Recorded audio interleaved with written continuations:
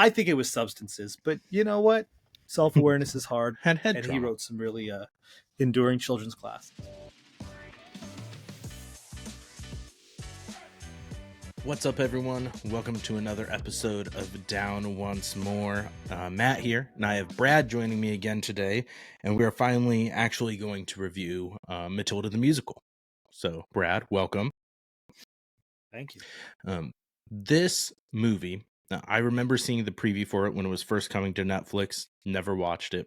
Brad brought it up. I don't remember if it was when we were recording or outside of that we should do it on here. So I finally watched it, and so now we're here to talk about it. So, what? You seem like you wanted to say I was something. going to say, I think I brought it up when we were talking top 5 musical songs. So I'm really psyched that we're going to do it. And what I really hope that we can get into today is answering the question, is Matilda the Musical a children's movie? That is a fair point. Because I never watched Matilda growing up. I'm assuming you didn't either, since we grew up together. I did go and I watched the original 1996 movie with Mara Wilson and Danny DeVito. So Matilda is history overview of Matilda as a whole, and then we'll get into the musical. The book was written by Roald Dahl, who also did the Charlie and the Chocolate Factory. I think he did BFG too, Big Friendly Giant. And James and the Giant Peach, Fantastic Mr. Fox. Other ones I have also not watched. Only movies I've seen related to Willy Wonka. So it's based on the 1988 book. In 1996, it was turned into a movie directed by Danny DeVito, starring Danny DeVito, with a voiceover by Danny DeVito. So, not a musical. And then in 2011, it was turned into a Broadway play. So it ran a 12-week trial from November 2011 to beginning of 2012. And then in 2013, it had its Broadway premiere. So the book, which is the dialogue from the musical, if you're not familiar with musical terms, was written by Dennis Kelly. All the music and lyrics was written by Tim Minchin, who I was familiar with Tim Minchin from Californication, where in season 6 he plays like an aging rocker that David Duchovny's character is working on a book with him and help him with this musical that he's trying to write. And more recently, I'm familiar with Tim Minchin as a brilliant comedian. So, and I think a lot of that, his wit comes through in the lyrics and everything of this show. So, like I said, Broadway premiered in 2013, and then they made adapted it into a movie in 2022, which is streaming on Netflix, and that is what we are discussing today. Brad, you were going to say something about Tim Minchin. I was, just about the original run, about how it spent 2 years in the UK. So the 2011 initial run was West End, I believe, and it won awards and had a bunch of acclaim in the UK, and that's where it was written, developed, and produced first. And really, this whole musical is just it just is British through and through. I can't imagine the Danny DeVito movie is nearly as British as this musical, but everything about the dialogue, the characters, the way that the entire thing is put together, it just screams Britain. It really does. This will come as no shock to you. Danny DeVito movie, not British at all. So the book does take place in the UK. So Roald Dahl, a lot of his sources did. So, well, Roald Dahl was British, and he was, in fact, fun Roald Dahl fact, he was a ace fighter pilot in World War II for the Royal Air Force. Really? The more you know. Yeah, the more you know. When your computer was updating, I did some research. Nice. Good work. Always good to do your research. Yeah, we were supposed to start recording like 20 minutes before we actually started recording because my computer had a bunch of updates, or longer. Asterisk to my facts I gave earlier. It actually launched in November 2010, not 2011. It moved to the West End in November 2011. So November 2010 through January 2011 is when it did its 12-week trial run that was outside of the West End. Then it moved to the West End in November of 2011. So, and it won 7 Olivier Awards, including Best New Musical. So, which at the time was the most awards that one had won at the same awards ceremony, Olivier Awards. I didn't see which one outseated it. Wow. But according to the Wikipedia, at the time it was the most, which seems outseated. Yes. So we're not just blowing past that. Outseated. Can you? Is that what I said? Give me a definition. Okay. You said outseated. Unseated. Deseated. It was unseated from its throne. Unseated. Yeah. It was outseated. It was taken out of its seat. Yeah. It also works. Outseated. So use some context right, clues. there we go. That's fine. I'll roll with it. We are also we're 5 minutes into the recording now, which means we're past the initial YouTube filter. New fun game that I'm doing tonight is see how many of these Game of Thrones scotches I can finish with it. So first bottle in here. This is the Dalwhinnie. I forgot how smoky this one is. To kick it off, I also have the Royal Lochnagar. Should be doable. And the Singleton by Glendoulin. So Stark, Baratheon, Tully. All the solid Game of Thrones houses. So when we're reviewing the children's musical, which you said we will be discussing if this is a children's musical or not, will be also drinking game. So cheers. Love it. Cheers. And Brad has his sippy cup beer. Sláinte. So just for you. I appreciate it. We'll talk a little bit about the differences just from the 1996 movie to the musical a little bit. So, well, and also the Broadway musical to this movie musical. So the initial research said the movie musical features 13 musical numbers and the Broadway cut down from the Broadway's 26.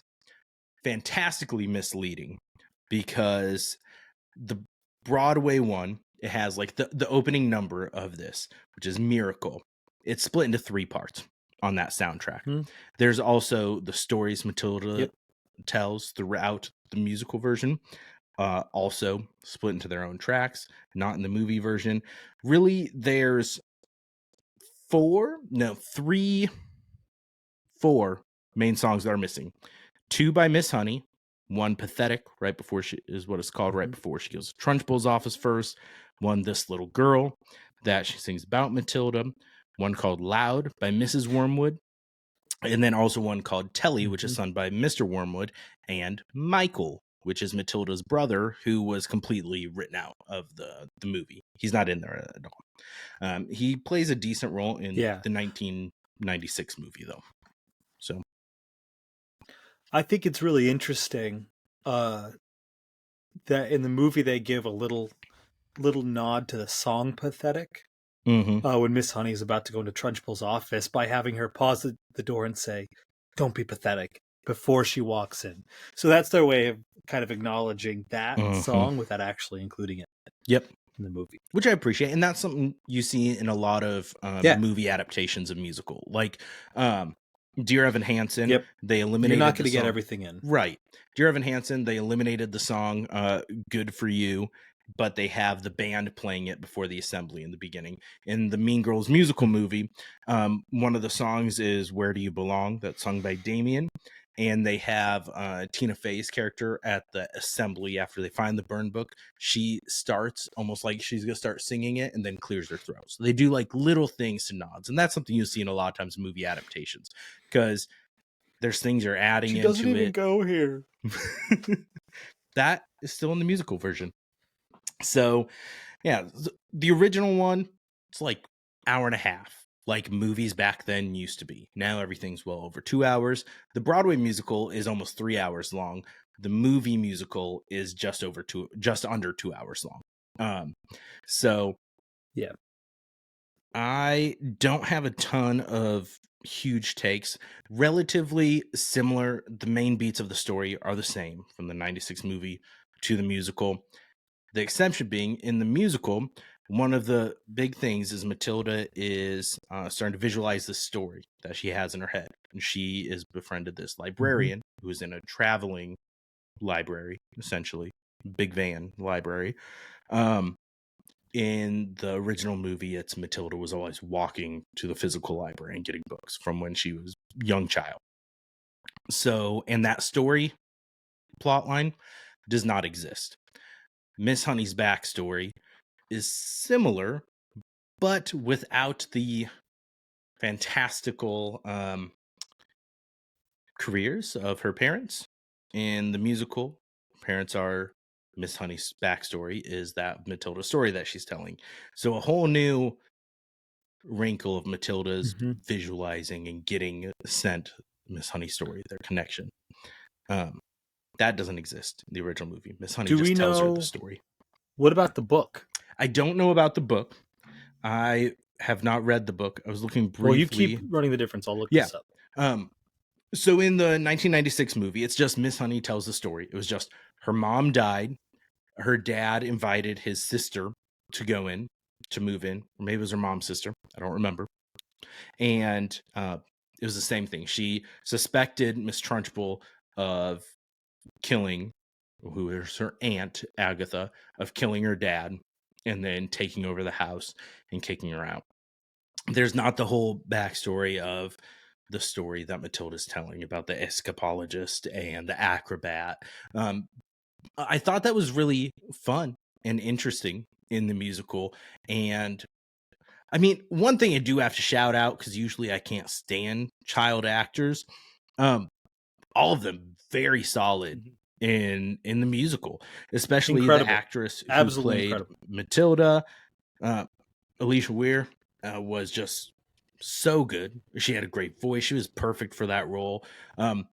Very intimidating too, like when she needed to be, when she's angry and telling the stories. Just fantastic job for how young she is, and just this is a big role. And I feel like Matilda is one of those, even though we never watched it.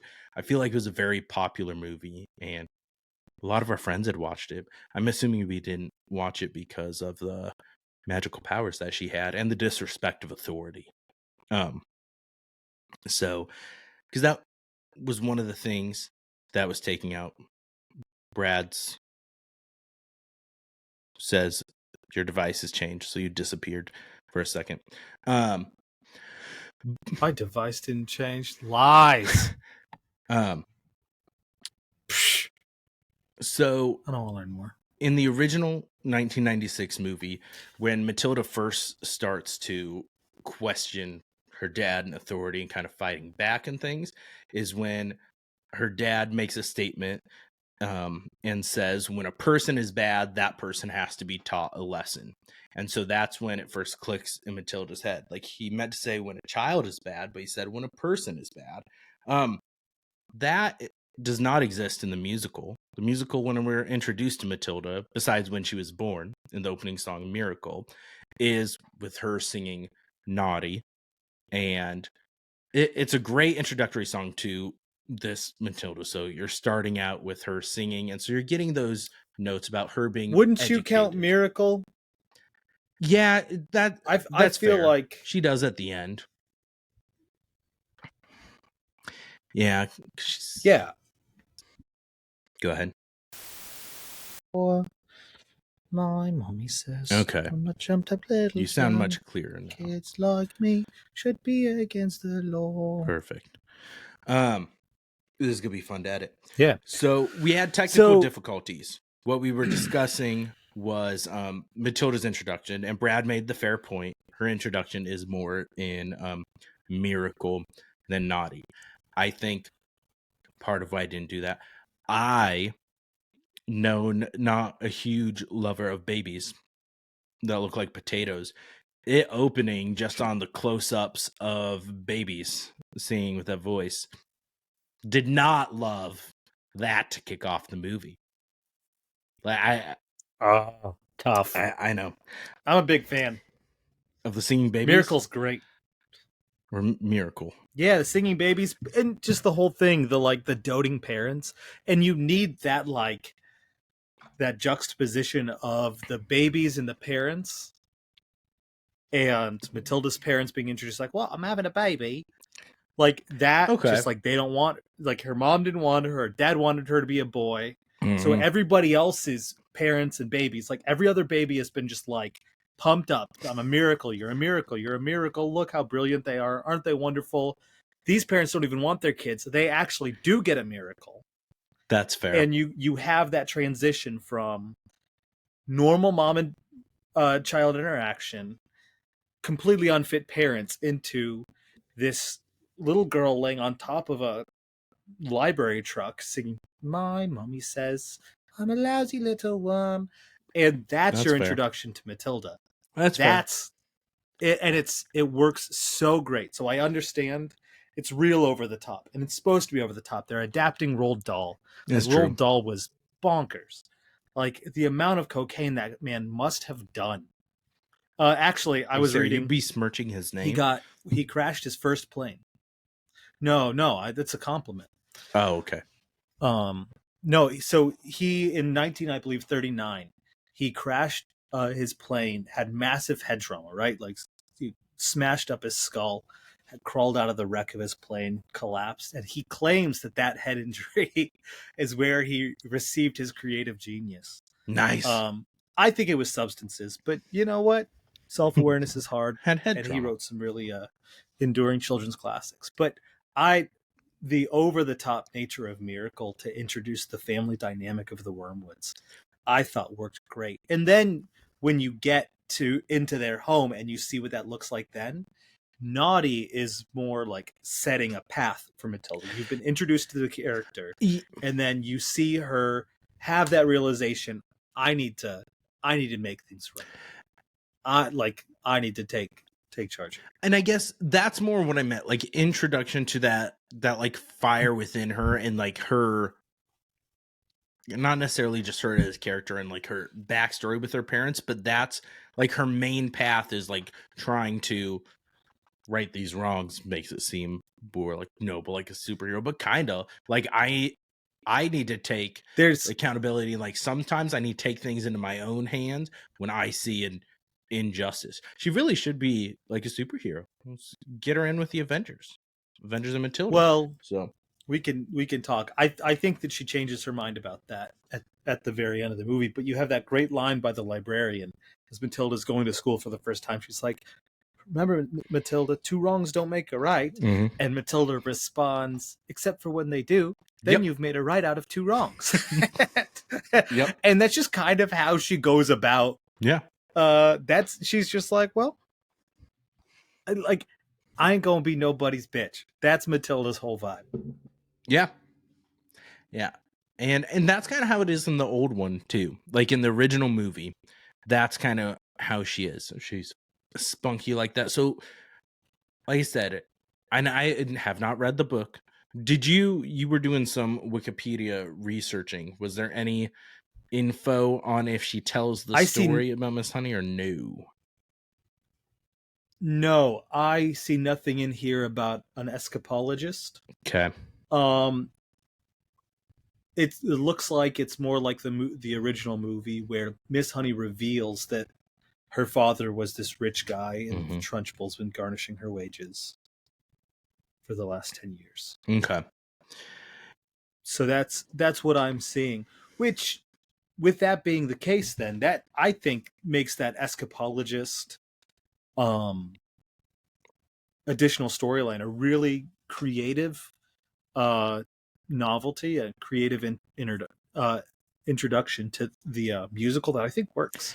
Yeah, the one thing that for me that I thought it was kind of odd was, so the main thing in the old movie, and really this, was just because she read so much and just was kind of expanding her knowledge and her horizons. That's why she knew everything. So like that's why she knew the math. She checked out an advanced mathematics book. And so in the 1996 movie, they even reference, like, they say most people don't use all their brains. Kind of like she was limitless before there was the movie about Bradley Cooper popping pills. And accessing all his Yeah. brain's power, and it was just because of that why she had the power. And so in the musical, her being like fed or like magically knowing this story about Miss Honey's past was kind of like, why would she have those powers? Like, why would she know all of that verbatim? That was a thing that was weird. I thought it was just going to be, until there was the reveal, I thought it was just going to be that's how they were kind of incorporating that story, that they weren't going to actually have Miss Honey and Trunchbull's thing. Because in the 1996 movie, it's a whole thing, because Miss Honey reveals she had a doll and everything's still left at the house. And so they go try to break in. Matilda encourages her to go try to get the doll back. And then it's revealed that Trunchbull's super superstitious and paranoid about things. And so Matilda goes back one night and messes with her in the house, makes it seem like it's haunted by Magnus already, to kind of set that base and that foundation before you have the chalkboard writing. Because in the musical, the chalkboard writing and Trunchbull being superstitious kind of comes out of left field. Like, they haven't already set that precedent and that basis that Trunchbull is someone who's very superstitious about these kind of things. So I totally get that. As a counterpoint, I think that the introduction of the escapologist and the acrobat is a really great way to tie Miss Honey and Matilda together, because up until the point where it's revealed that it's Miss Honey's parents, it just feels like Matilda is projecting her desire to have like parents that really want her onto this story that's coming to her. I liked that. Right? It's just like, I think it's really great. And so by making that actually reveal, like, oh my goodness, I've been telling your story, it actually gives some sort of like meaning to like Honey and Matilda's stories being woven together. Mm-hmm. And it makes it a little less negligent when her parents peace off to Italy and say, all right, you can stay with your teacher. So in the 1996 movie, and I don't know how it is in the book, but in that movie, it's Matilda had done research on adoptions and the papers, and she made a copy of adoption papers from a book in the library. The librarian had helped her. And so Miss Honey actually adopts her in that version, not just, yo, we're leaving. Because in the movie, Danny DeVito's character, he's a crooked used car salesman through the whole time. And that's why it wasn't like they show up at Matilda's house being like, yo, why is she not in school? It's, he doesn't think the kid should go to school because she needs to stay there for when stolen car parts get delivered. And then Trunchbull goes, buys a car and talks about her strict philosophy about like beating children and how children are the worst. And he's like, oh, she wanted to go to school. She can go to school with this bitchy lady. And so his character is a lot more despicable in that. And the crooked used car salesman thing is like the FBI are watching him. Not in this, it's, oh, I fucked over the mafia and they're after me, so we're moving to Spain, is why they run away in this. Spain. Yep. So yeah, I think that there's certainly some strengths to some of the more robust backstory in the movie. Especially, I'm with you on the Trunchbull superstition. It's like, pretty out of left field. It's just like, is this just her sleep deprived induced mania? That's making her really freak out. Like, Matilda really lucked out in the musical, because what if she wasn't superstitious? Maybe what if she was just a little stitious? That's right. That's right. Chalk wouldn't work. That's right. So they got real lucky. One thing, though, I love that scene. Yeah, it is pretty great. I will call it, just people I was not expecting to see in this movie at all was Lashana Lynch as Miss Honey, who some of her more recent things, like she's in the Captain Marvel movies as Maria Rambeau, so Marvel movies, and then she was in the last 007 movie with Daniel Craig as 007, like as the new 007 in there. So just, she goes from that to the Matilda musical. And then you also have Emma Well, Thompson. let's talk about Emma Yeah, Thompson, though. just Oh my gosh. wild. What a transformation. Yes. Incredible Trunchbull. Incredible Trunchbull. And that's like the thing is like the kids, all the child actors, absolutely incredible. It's easy to miss some of the really remarkable performances from the adult actors. Yeah. I thought Emma Thompson was incredible. I mean, who's the actor? He's from Snatch, the guy that plays Matilda's dad. Her dad, Stephen Graham. He's in a lot. He's in Pirates of the Caribbean. He's in Peaky Blinders. He's awesome. You've seen him before in things. So yeah, he's a great actor. You see him all over the place, and he was fantastic. He was. He was the perfect level of like stupid. He's stupid. He's an asshole. It works great, and it's cartoonish. I think that it'd be easy to play that character where it was just like, I mean, it's child abuse. What she endured was 100%. Flat out child abuse. And if it wasn't played right, it would be very easy for that to overshadow everything. Just be gross. Yeah. And hard to watch. Yeah.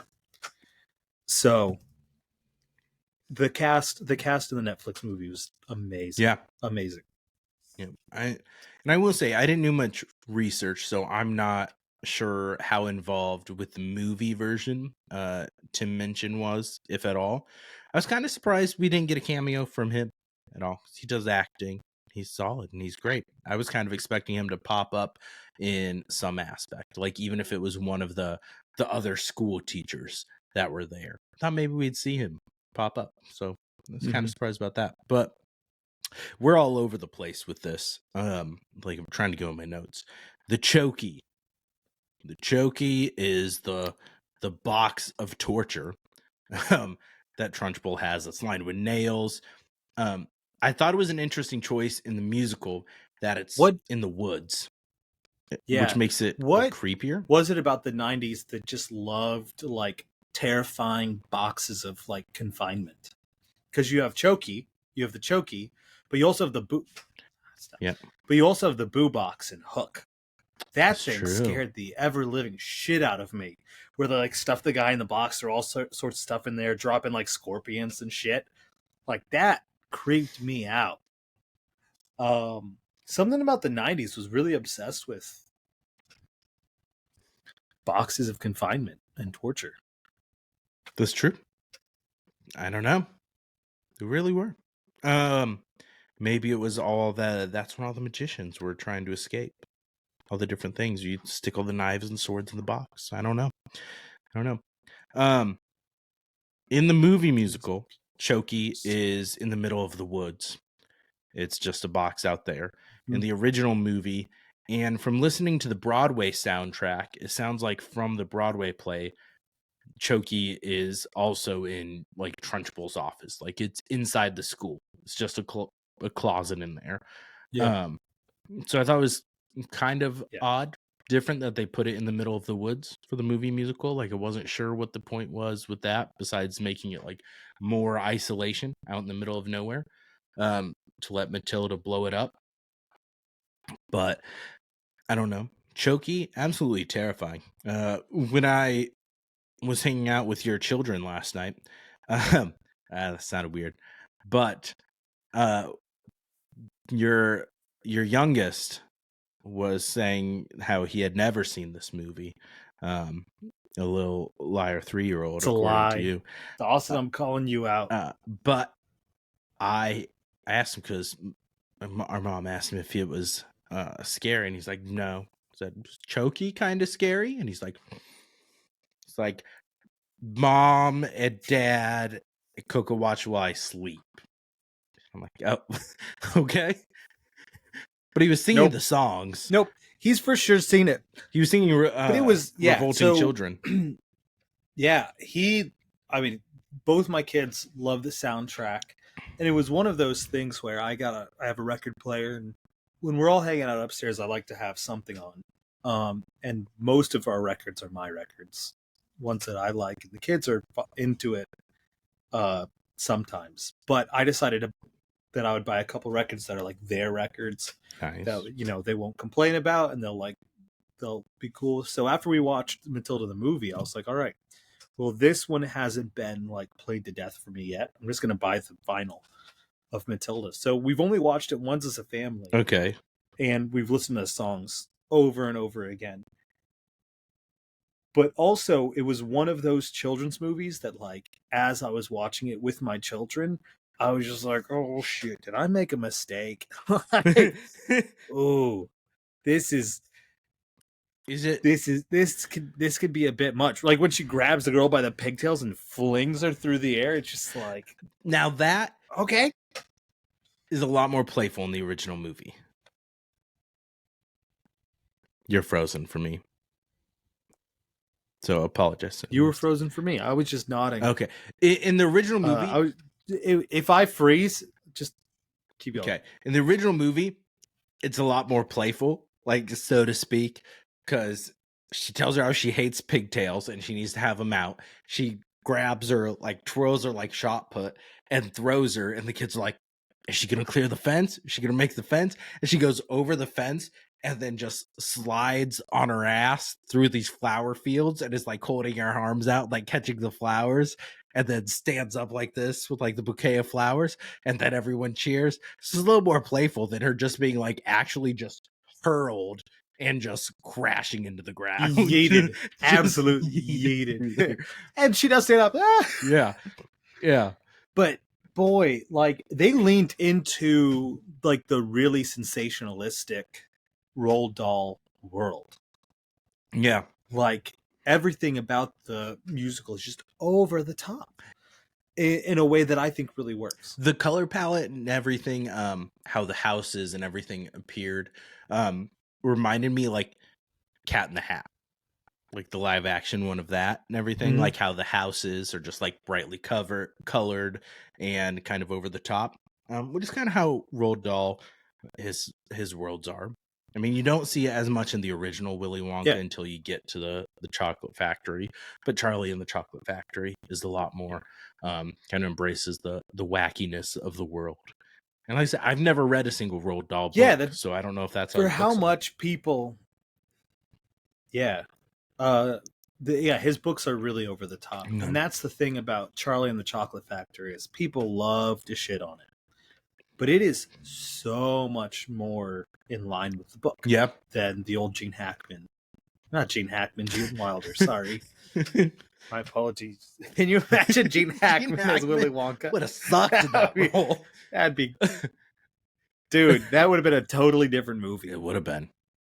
Even the Willy Wonka and the Chocolate Factory, that scene where they're going through the tunnel, and I think it was supposed to be there were actually the giant animals and stuff, but in that like special effects, like it's just projected on the wall. That still, like as a kid, that freaked me out when there's like the giant praying mantis. It's supposed to be like an acid trip. That's what I think. Like it really is. Yeah, the roaches, right? Yeah, I'm pretty sure that's just supposed to simulate like a freaking acid trip.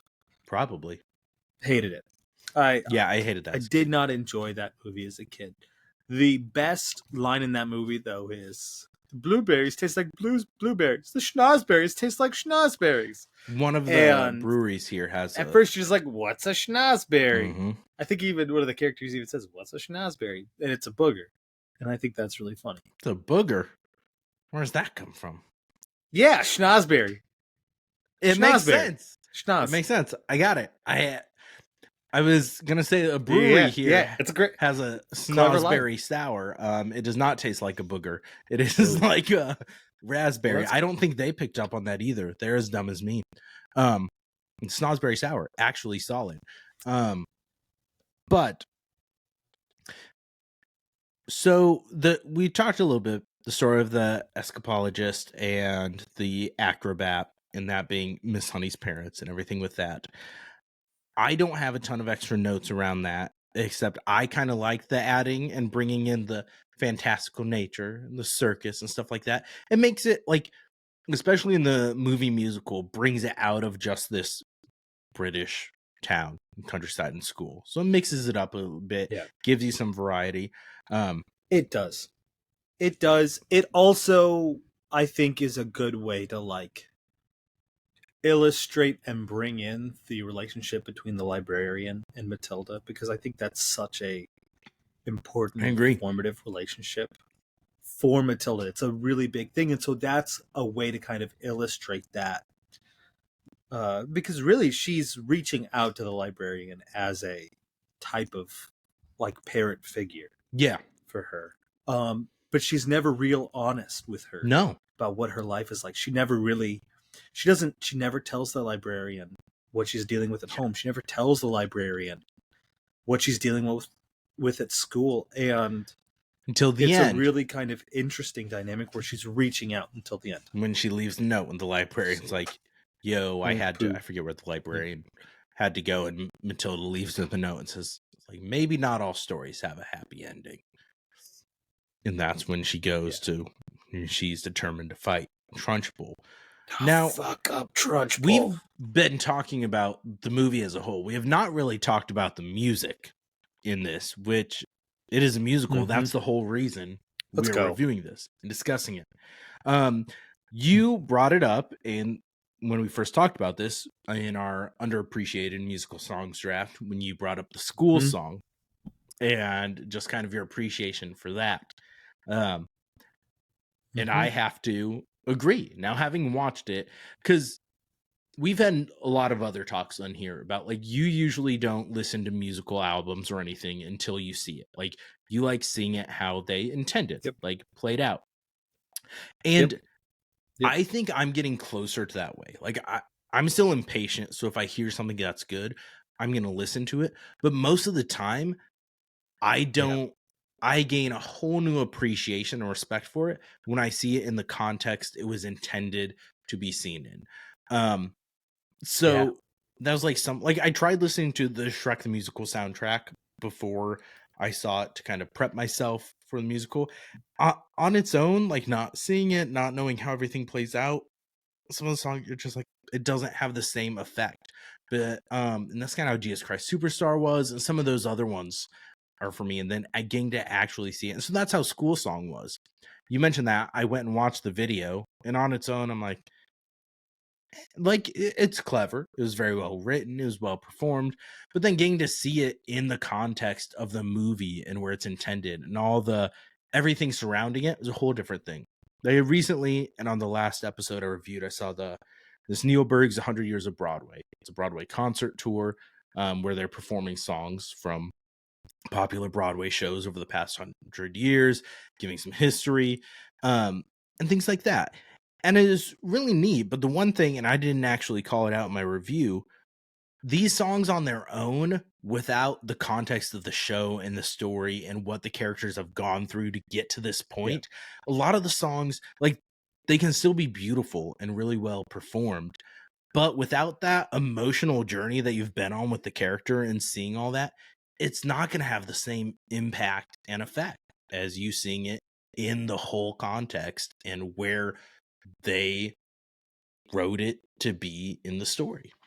So yeah, a show like that is assuming a lot from you as the audience of having already seen and understanding the context of those. And that's one of the things that I think is just really stands out to me about Matilda the Musical is I don't think most adults are going to sit and listen to music sung by kids just because they like that specific song. Like, there's a reason why as adults we're not listening to the Kids Bop's version of our favorite pop songs, right? Like, usually you're not seeking out children's music. no, But what these songs, everything that these songs present within their context, within their performance, the choreography, I found absolutely captivating, and the kids' ability to like execute that choreography, mind blowing. especially Bruce. Some in Revolting Children, Revolting Children. Part of me thought I think some of those moves were CGI, but I don't know. See, and if they weren't, unbelievable props. yeah. that's the downside of a lot of times when I'm watching movies for this, that I'm taking notes throughout it. So I think sometimes I miss them. So like ideally I try to watch it multiple times before we can do it. I didn't have the opportunity to with this.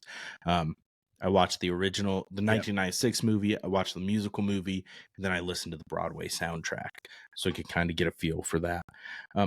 One thing I think is interesting, it was actually called out by Catherine, my wife. She's like, I think it's interesting where a lot of times when you listen to music that is by British performers, they don't sound British, but in the musical, they do sound British. I think that's because musicals, it's a different form. You're not like doing the full performance. Like a lot of it's more talk singing. It can be. And plus in school song, you have to be British. Otherwise the living L doesn't work. You can't say in this Neither living L. does Arsk. That's true. That's true. Because yeah, that was what we called out. Like just them going through the entire alphabet and that. It's great. As the host of a musical podcast, you certainly are aware that it is traditional, specifically in operas, but in almost all stage musicals for the chorus to have a lower class accent.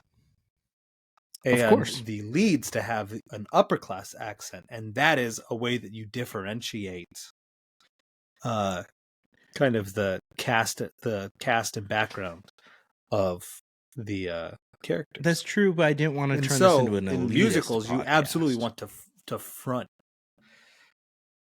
As you know, A Night at the Opera has taught me a lot of things about accents and musicals, and no, I when you're singing in a musical, you are very much singing in character. Yeah.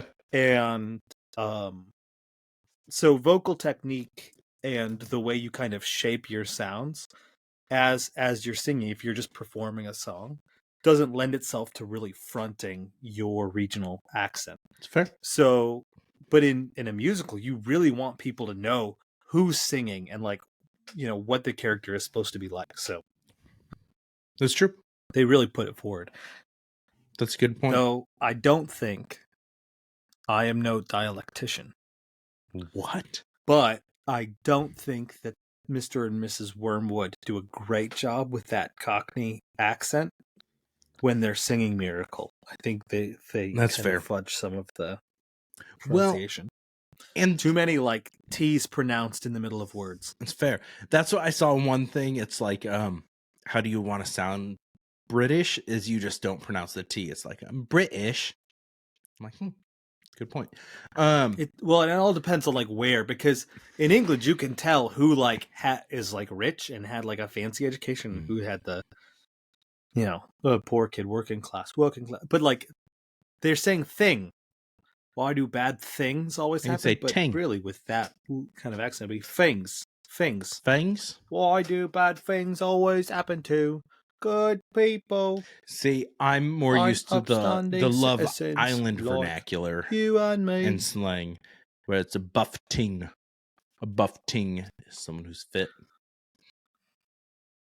Love Island, UK, that's where it's at. Or maybe Jamie Tartt's Manchester accent. It's just poopy. I still have not watched the most recent season. Jamie Tart, you beautiful bastard. Ted Lasso. I am behind on Ted Lasso. Oh, I know. That's too bad. Season 3 is good. They try too much, but it's good. Back to Matilda, though. Is School Song your favorite? I don't know. My favorites are probably, I really like Naughty. I like School Song. I like My House, and I like Quiet. Those are my top 4. But it's very Hammer. I think I like Hammer. You like Hammer? If you want to throw the hammer for your country, it's not bad, but it's pretty like good. It's clever. It's entertaining, and Emma Thompson does a great job at it. But great job. It's not up there. I think Naughty is top for me. Oh, and When I Grow Up. I think for me it actually goes When I Grow Up. I think it goes When I Grow Up. No, Naughty, When I Grow Up, School Song, and then Quiet in My House. That's my top 5. But Hammer's not your number one, is it? School Song's your number one? No. I think School Song's my number 1. Naughty's a close number 2. I think Revolting Children, just because of how much my kids get into it. Dude, that doesn't bode Adeline well has for her you. whole... You need to... No. They're fucked. already Revolting Children. No, I already am. That's already where we're at. No, she has this whole like choreography that she does. Like she'll get out and she does this whole like dance. And she said the mean it's girl super in there adorable, with and the then red Dawson hat just, is her favorite character. I'm now concerned for Hortensia. her. Yeah. Hortensia. Hortensia is not mean. Hortensia is a movie? nice friend in the 1996 version. In this one, she's kind of the bully. Yeah, I don't think she's... I don't know that she's much of a bully. It's more like she's just like the Trunchbull's leader. Older cynical kid who's just that's like, fair. Yeah, you think you're going to be... So, I don't know. She's just a very minor character, but Adeline loved the hat. She's all about accessories, really. And let's be honest, villains often get the best accessories, so she does gravitate towards. That is true. The baddies. We the baddies. Now, she made it seem like she'd never played checkers before. Was she trying to hustle me? No, she's literally never played checkers before, but she said she beat you. How genuine was that? We had to stop in the middle of the game. I was about to demolish her. She did have like 5 kings going. So she wasn't bad for her first time playing checkers. That's fairly solid. I told her I'm honestly going to use that, and we're going to play checkers. So, because it was both like we had the same number of kings at the end, but she was cornered that I was just about to absolutely, like, any move she made, I would have been jumping her, double jumping her. Like, there was no way she would have won if the game would have continued. I would have demolished that 7-year-old. But no. Well, good old Cracker Barrel. You know what? We'll let you both hold on to your own truths. That's right. To maintain both of your dignities. I would never eat at Cracker Barrel again. I would say School Song. By the way, Cracker Barrel is not good. It's not great. Nicht sehr gut. No, it's whatever not you very said good. You're frozen for, so I'm just rambling or talking over you on the recording. What were you saying about Cracker? I was saying it's not very good. No, it's not. So School Song. But back to Matilda. Yeah, back to what we're talking about. For me, School Song, School Song, Naughty, Revolting Children, When I Grow Up. And then I think somewhere between, you have to pick one, because Emma Thompson delivers 2 songs phenomenally, between Hammer and Smell of Revolting, or whatever it's called. Yeah. Smell of Rebellion. Smell of Rebellion. And what's with the horses? That one I think is... I don't know. But I think that's one of those songs that you need the visual and you need the context. 100%. Jeez Louise. To really appreciate what that song's doing. 100%. Because it's simultaneously when Trunchbull snaps and she goes absolutely loony, and when Matilda realizes what power she has. Yeah. So it's an absolute turning point.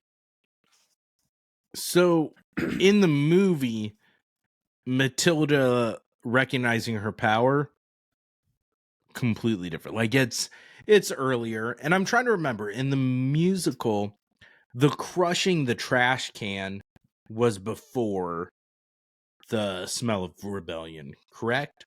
Like when she's visualizing it with the story, I think that was before it. And then because that's another thing. In the 1996 movie, The Newt, they find like her and Lavender and Bruce are at like a creek and they find the newt, and then Lavender has it with her and She turned me into a newt. throws it in there. It's not like from day one of school Lavender has the newt. Yeah. But did you get the reference? It kind of She rings a bell. turned me into a newt. What's it from? Monty Python, man. Which one? A newt. Well, I got better. My Holy Grail. See, I've never seen Holy Grail. I still have not watched it. Ah, I need to.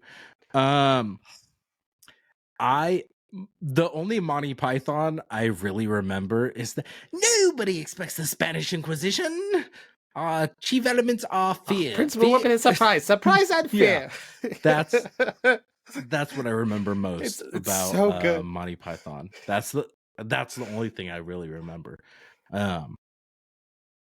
But yes, good old British humor in television. I thought I had a note on here about something else, but so first, I guess two things. I guess I'm just left with two questions. Okay. First, what would you rate this musical? You know, what is your overall kind of opinion and feel? And second, is this a kids movie? Specifically the Netflix musical adaptation. I think that it would be far less terrifying on stage than some of the elements. I bet that it'd be a perfectly acceptable stage performance to bring your children to, but is the Netflix movie a children's movie? I would say it's an older children's movie. Like, I don't think, like, this is not a movie targeted for adults. Like, it's not, you're not going to have all the adults going out and see it. Like, it's in that weird middle ground, like, almost like middle school or slightly before middle school. Because I don't know that teenagers really would vibe with it.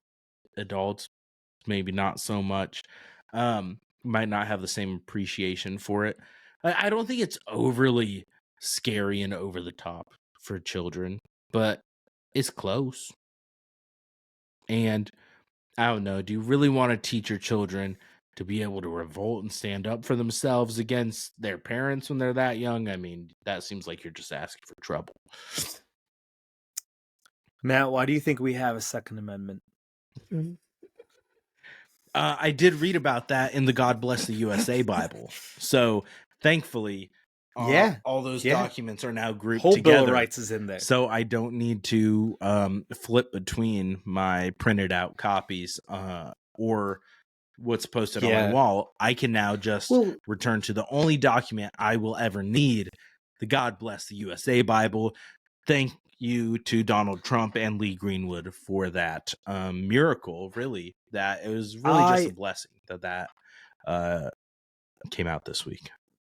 So, you know, that was my first reaction, and then I realized that with it bound in the same book, you have God's rules for buying slaves right next to America outlawing slavery. Ooh, so really, I don't know if it's very I can handle that stark contrast between the words of God and the words of man, and which one do I really live by? What about separation of church and state? It was really them being in the same binding, leather binding with the flag printed on it. Well, don't you know that was just written in a letter of Thomas Jefferson's? It's not actually in the American Constitution, even though it super is. But that's kind of the whole point of the founding of our government. But that's okay, because if you're a religious person trying to exert power over the state, you need to pretend that's right, like it's isolated to a letter. So all that to say, what would you rate this movie? I think I'm give it an emoji. For what it is, Don't give it a number. Give it an emoji. I'm giving an emoji. I'd give it a smiley face. It is good. Like, I'm not giving it the smiley face, just a normal smiley face. Like, if I was giving it a number on a 5-point scale, it's the smiley face, not the. Can you do that again? Smiley face. Yeah. You're gonna have to put that up in the whatever what? What was when you edit. that? I In don't the know. box? YouTubers all do that. It's like you click here Oh. in the box. Throw it up on the screen whenever you were trying what to most YouTubers do, they do separate. separate photo shoots for the thumbnails. I'm lazy. I don't usually do that. I just grab screenshots from That's video. stupid. I agree. Like we would have to be like, yeah, it's fake. It's fake. That's why my thumbnails suck. Use that. But use that right there. I will use that right there. Well, that's what's but I'm that's like why we're missing out on engagement, Matt. a 3.5 and a 4 out of 5 on this. I feel like it's very like all the songs are very cleverly written. They are catchy. They are well done. All the performances are fantastic. But I don't think I could go above a 4 just because of what it. I don't know what it is. Isn't necessarily something that I'm gravitating towards. So it is for a movie musical, which is it's a whole convoluted thing. It's an adaptation of a Broadway musical, which is an adaptation of a movie, which is an adaptation of a book. Or maybe you could argue it's the Broadway musical was adapting the book and not the movie. But there's just been so many layers, like onions. That's the Shrek reference. Shrek. Why not a cake? Onions of layers. Why not a cake? What's that from? I also was Shrek. I've only seen that was not in the musical Shrek. Oh my god. In the musical Shrek, he says a parfait. It's in the movie Shrek. He's like, what about a parfait? Parfaits have layers. People like parfaits. I made it a point not to get very racist with my accent. That was just a donkey Is it racist accent. if you're impersonating a specific person?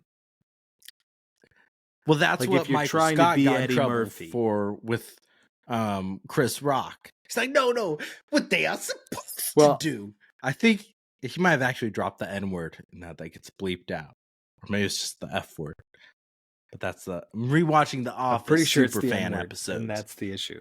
And so I think a 3.5 to 4 is a good spot, because let's be honest, like a 4.5 or a 5 is perfect, right? That's as good as it gets. I have very few movies in that range, musicals in that range.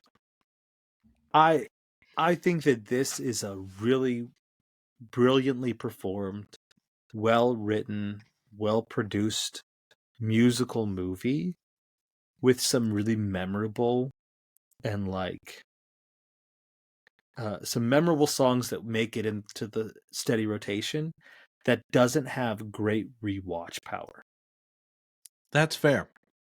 Like, it's not one that I'm like, I need to go back and watch this right away. But I did throw those songs I listed. I threw those on my musical favorites playlist. So they're in the rotation. Yep. So there's a number of songs that belong on any musical playlist, but the movie itself isn't necessarily one that I'm queuing up on the reg. Mm-hmm. So I think 3.5 to a generous 4 is a good place for it to be. Yeah. And one note I did have, the Still Holding My Hand song at the end was an original song for the movie. In the Broadway play, it's When I Grow Up, a naughty reprise that fills that spot to close it out. So that, because they have to have an original song. They do it in almost any movie musical. They throw in some original song, and usually it's subpar. Yep. Because they want to try to get that best original song nom. Okay, let's think about this. See if this holds up. The original song in The Beauty and the Beast. What was it? I don't remember it. Best song on the remake. What was it? It's the Evermore. It's the one the Beast sings. I don't remember. Evermore. I don't remember it. I was the one who had it all. I was the master of my fate. I vaguely remember liking that song, but I don't remember it. Oh, I guess, okay. You're It right. Maybe I will slaps retract because in the so hard. Aladdin live action one, what the fuck's the Aladdin name of that song? kicks so much ass. What's the name of that song? I'm blanking on the name. Speechless. No, I Speechless. won't go That's like silent. Speechless. Yeah. that like makes it the top Ooh-wee. tier of like musical songs. That's such a fantastic song. That's And then you that. know It what? once again I'm kicks changing my so thing. much ass. Because in Dear Evan Hansen, Yeah, the good. anonymous ones, that was the original one for that, I actually love. The other original song for I don't love. They did 2 original songs. They got greedy and they cut other ones. The anonymous ones is fantastic. So I'm amending my statement. See, Original songs can be good. See, this is what happens. Still holding my hand was This is sweet. the kind of It was not open-minded dialogue. Yeah, Still Holding My Hand was a sweet song, but it's not one of my favorites of it. Like it didn't do great things for me. It was fine. My problem with that song, or like making that your original song, is they picked the wrong moment. That's fair. So, the two Disney songs that we talked about, Evermore and Speechless, they have it like right in the smack dab of the most emotional, like driving moments of the story. By the time you get to Still Holding My Hand in the musical, you've expended your emotional energy. Yeah. Like, you've already got resolution.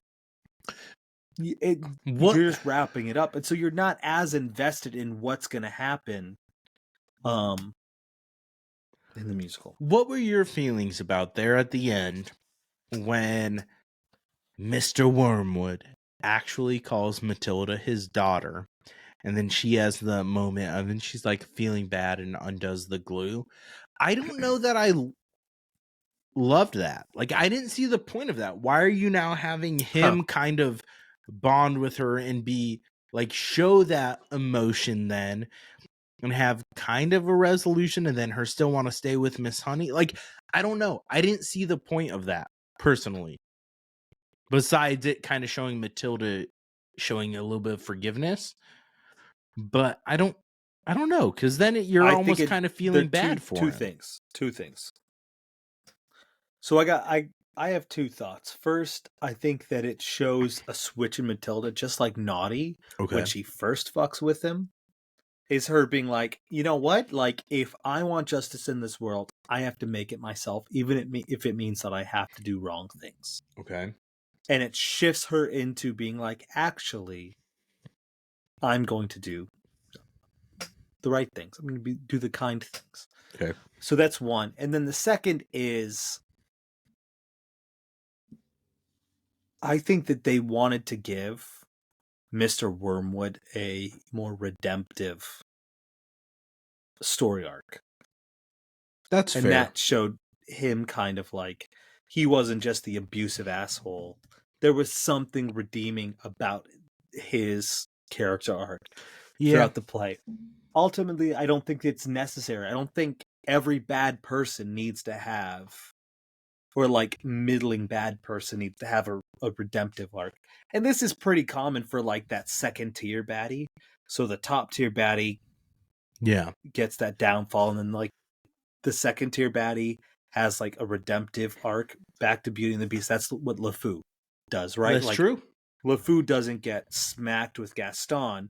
That second tier baddie often has that kind of redemptive story arc. I think that's what they were trying for with Mr. Wormwood. That's fair. But I don't know that it's necessary. Yeah. And it's a little conflicting with him fleeing the country and leaving his child behind. Right.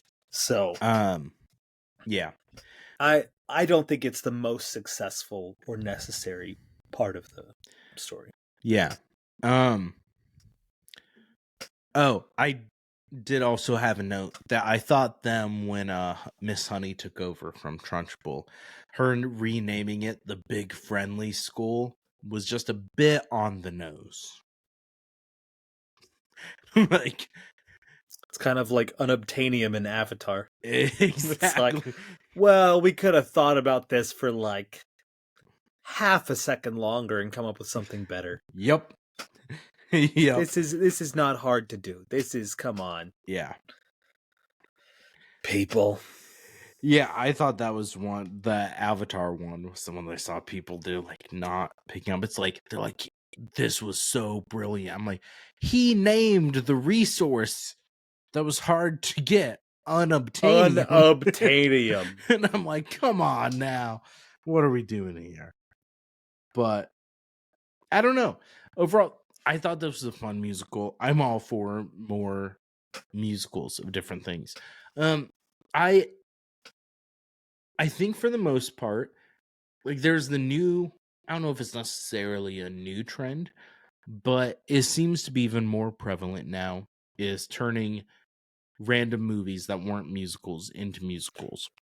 And I'm kind of torn on it, because sometimes it can work out well, but then it just kind of is, it makes you feel like, man, do we have any like creativity left? Like, what are we allowing for original musicals? Because like Heather's the musical, Mean Girls the musical, both of which I enjoy, but like now there's Back to the Future the musical. Almost every Disney movie is now, like, there's Frozen the musical, The Little Mermaid the musical. The Lion King's been going on for a long ass time. But like there's things like that. And then there's the Neil Berg, who I saw that his 100 Years of Broadway. He has Grumpy Old Men the musical that's out. He's working on a My Cousin Vinny the musical. Like, there's very random things. Like, I if it's done well. Here's where I think that's coming from. I think musicals have a very like low ROI if you don't have an established fan base to tap into. That's fair. So it's way more unlikely for someone to see some random musical, no matter how incredible it is, they've never heard of, than Mean Girls, the musical. I know that movie. I think that studios and studios are risk averse because they're businesses, and so going with an established brand is safer than an unknown commodity, no matter how brilliant. Yeah. And I think that we're all the worse for it. Yeah, like sometimes it can be done well. Like, I like Heather's the musical a lot more than I like the original Heather's movie. I really enjoy the songs in that and it as a whole. Mean Girls the musical, I feel like the Broadway version, fairly solid. The movie, hit or miss at parts during it. But like, it can be done well. I'm curious because we have this next Broadway season where I'm at, we have Little Mermaid the musical, Beetlejuice the musical, and Back to the Future the musical. And I've heard good things about both Back to the Future and Beetlejuice, but it's one of those things, like, the majority of these are movies that were then turned into musicals. So I don't know. It'll be interesting to see how it is. Have you heard good things about Beetlejuice? Because last I heard about Beetlejuice, it wasn't able to keep Lauren Babert interested. Whom? Lauren Babert? Bobert? That name sounds familiar. Who is that? She's the Republican congresswoman from Colorado. Correct. That was a really sophisticated joke. That I apologize for not picking up on it because that. Thank you. But I thought that was pretty good, and then you were just like, I don't know who you're talking. But about. the other side of that, maybe like Beetlejuice the musical just got her so like turned on. She's like, you know what? I really got to give head right now. Or was it a hand? Was it an HJ? I thought it was a BJ. It was a J, some sort of some J. kind of J. They were singing along loudly, and then a sitting congresswoman got kicked out of play for performing a sex act. But at the same time, like, they're on her. If you can't go to the theater and give an HJ without night vision cameras recording you, like, what are we doing here? Like, I thought this was Merica. I thought if I wanted to, I could get some kind of J at a performance of something without being recorded and it being blasted on the internet. If only the answer to that was in the God Bless the USA Bible.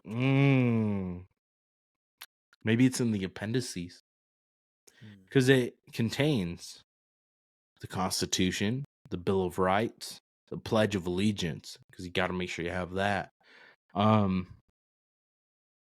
And handwritten parts You of can't God spell Bless the appendix USA by Lee without Greenwood. dicks. So what? So I said you can't spell appendix without dicks. But that was the greatest gag about the God Bless the USA Bible is it doesn't say that Lee Greenwood wrote it. It just says it's handwritten. The song by Lee Greenwood is handwritten. I was like, that's honestly fantastic, misleading but not false marketing. Pretty clever. One of my favorite clips. To wrap it up, though. Yes, to wrap it up. Matilda the Musical. Matilda the Musical. We're here for it. We are calling on the executives of the major studios to start making recorded versions of original musicals, not just the adaptations. You're here. But, you did a good thing recording Dear Evan Hansen. You just did it about 8 years too late. Yep. Agreed. So let's get on top of that. These musicals have, or like Hamilton, they recorded it, a high quality recording while the original cast was still in. We need that kind of stuff. Hey, agreed. This thing's winning Tonys. People like this thing. Record it now before the cast gets old, before the cast moves on. Like, condition audiences with what you want them to watch. If you keep giving us this derivative garbage, adaptations after adaptations, and not moving us on to new franchises, that's what we're going to be conditioned to want. You start putting in front of us the stuff that you want us to watch, the stuff that we should be watching. That's what we need audiences to get their expectations and eyes on, and that's not going to happen until studios put their weight behind fronting and producing and really, really pushing original work. That's what we need. Is not what you're supposed to do. You're supposed to snap. Agreed. I don't know. That's what they did in Extremely Goofy. Well, that's what most things they record performances for posterity's sake. So there is a recording with the original cast of Book of Mormon, and I'm like, I want to see that. But it's poor quality compared to I want them to do, and that's the thing now. I want a Book of Mormon filmed stage version, but it won't be the same without that original cast. I successfully honestly did all three. They did it. I don't know whether or not we should congratulate you or get you a referral to a liver specialist. I do have to work tomorrow. Well, so there is that. Brilliant. But no, I really enjoyed Matilda the Musical. What's come out lately, I think, I don't know, and we were just talking about it. I don't mind them turning classic movies into musicals because more often than not, I enjoy it. I do. I enjoyed Mean Girls. I enjoyed Heathers. But that's what I'm saying. Heathers is better than the original, in my opinion. Sure. This was but a fun also one. I don't know. Why not? But think about how much fun Greatest Showman was. Also true. Also very inaccurate about the life of P.T. Barnum. Totally Made him inaccurate. seem like a great guy. Totally inaccurate. He's kind of a dickhead, but he was a horrible person. He was a horrible bad person. Man. But Hugh Jackman is so handsome.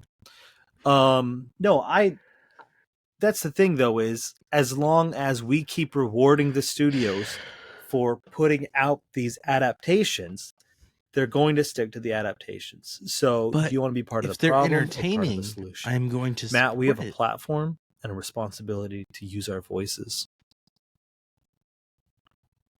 You were freezing, so I didn't. Viva I don't la know what you said. resistance!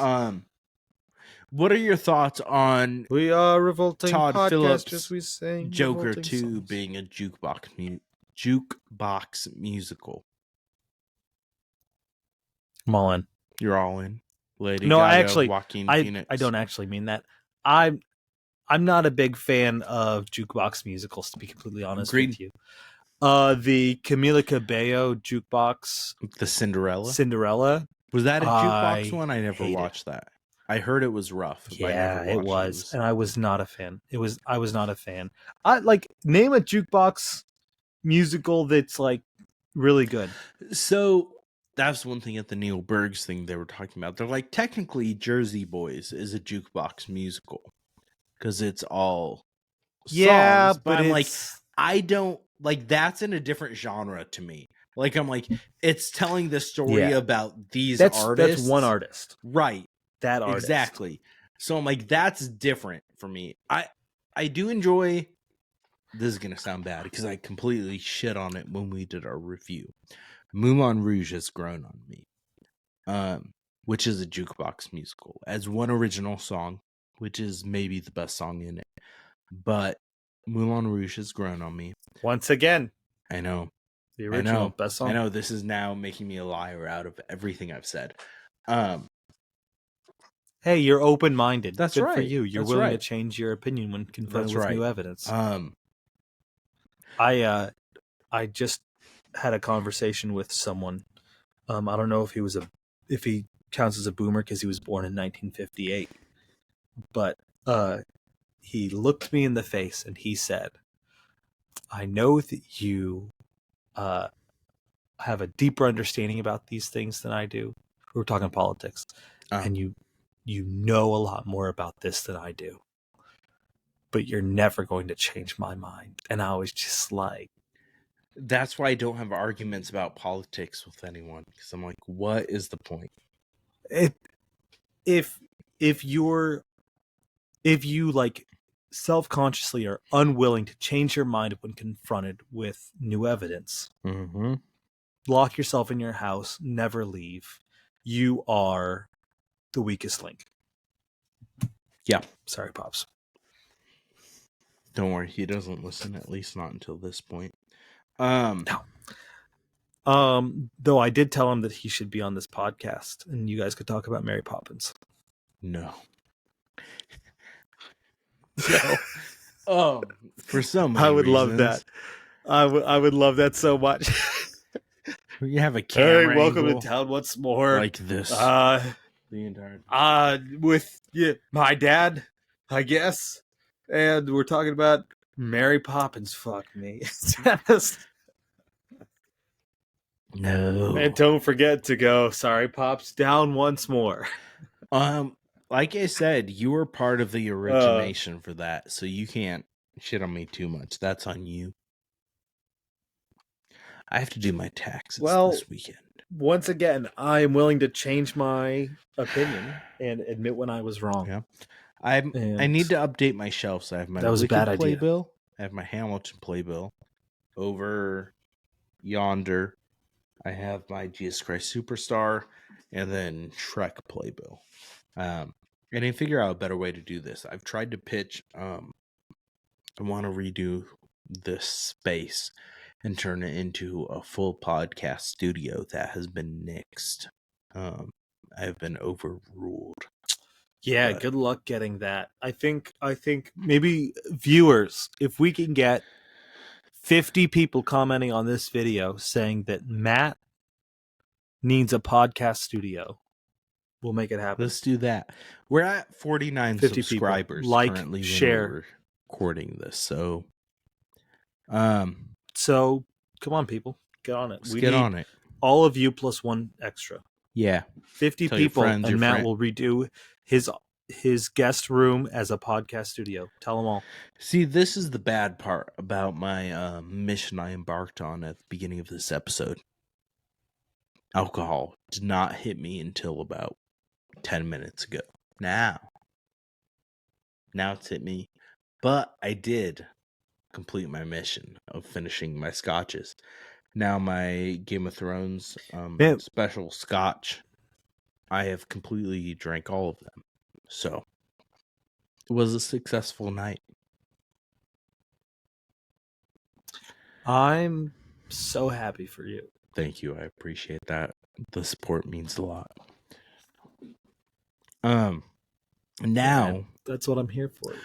We are about to go into Easter weekend, where Jesus was dead for 3 days, which in reality was a day and a half, apparently, because he died on Friday and then rose again on Sunday. So he's dead for Saturday and bits and pieces. We're about to go into that. I have in-laws here for the weekend, so I will get to entertain and cook. It will be lots of fun. It's to be a grand old time celebrating Zombie Jesus. So, do you have any special plans to celebrate Zombie Jesus? I will celebrate Zombie Jesus.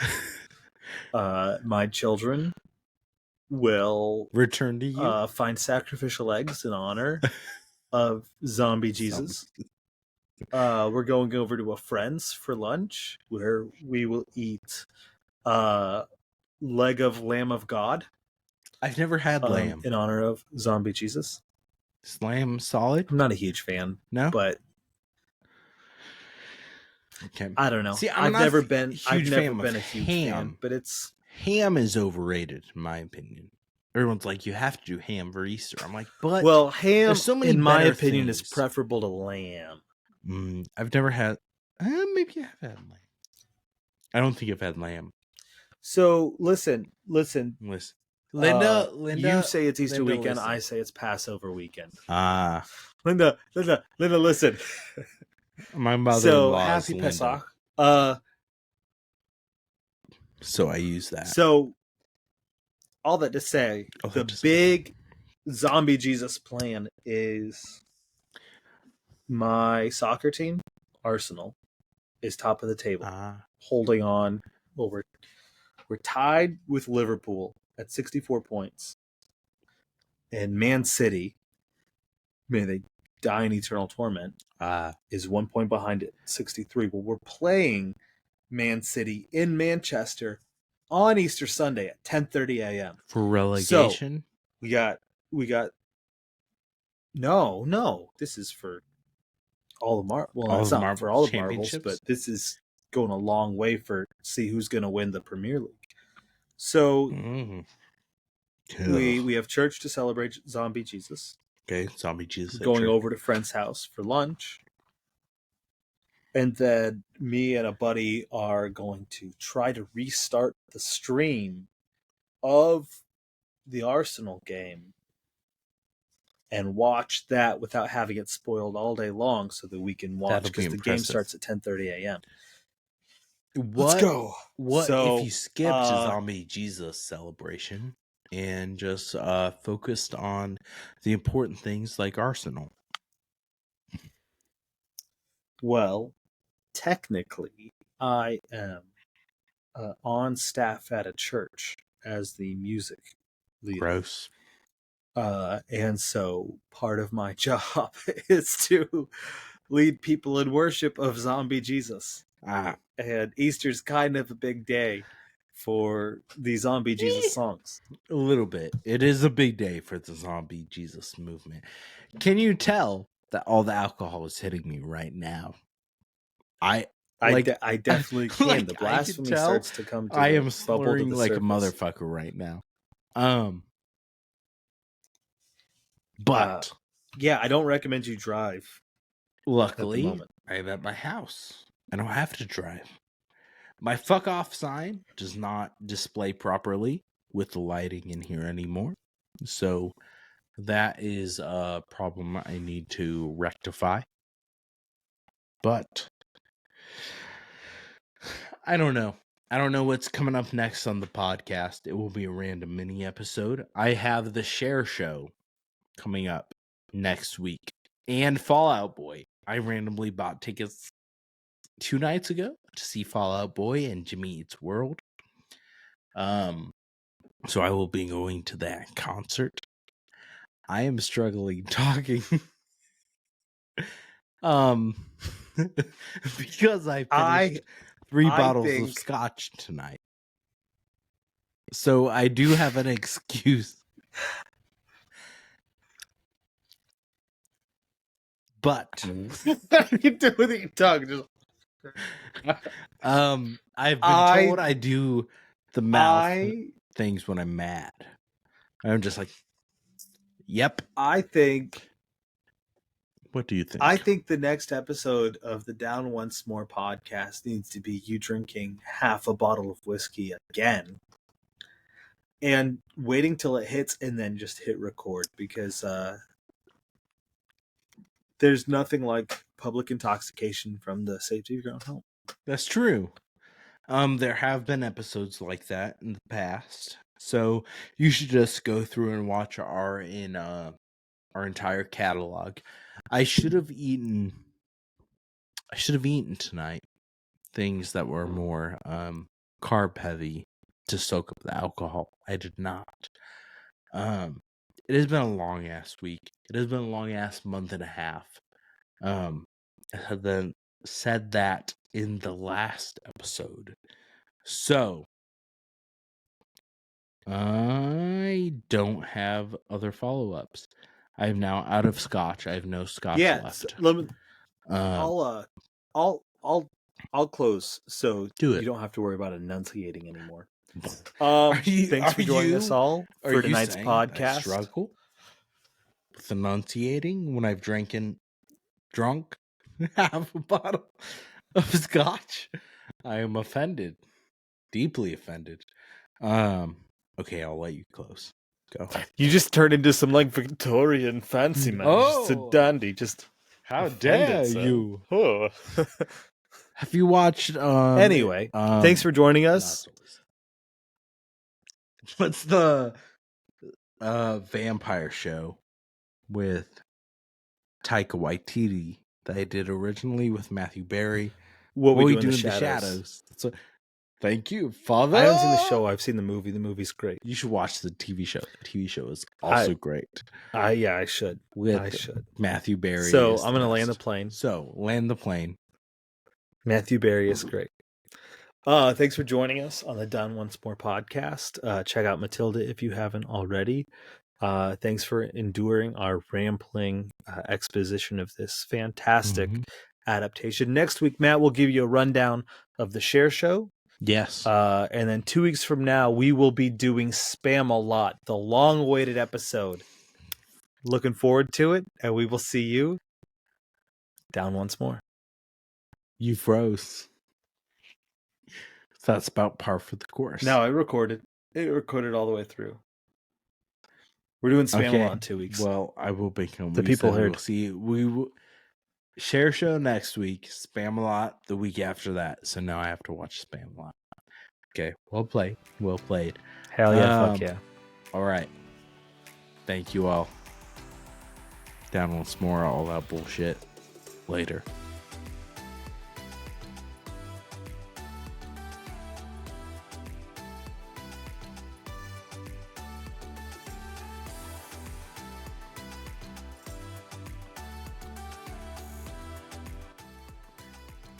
I don't know if you were moving your cord or whatever, because it just did it again. You went all black.